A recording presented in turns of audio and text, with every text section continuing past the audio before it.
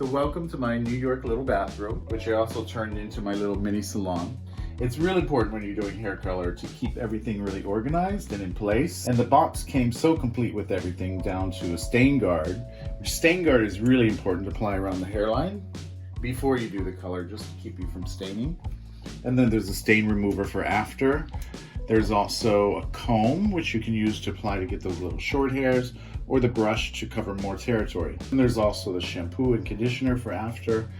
This is real important, of course, my own personal color and the developer. And then this is what I really like.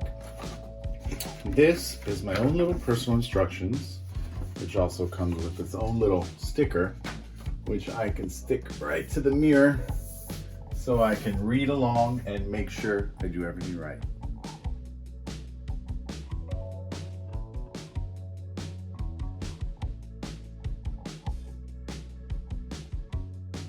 So the stain guard goes right around your hairline before you apply the color.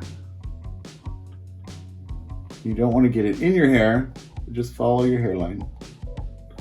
And then you're ready for the color.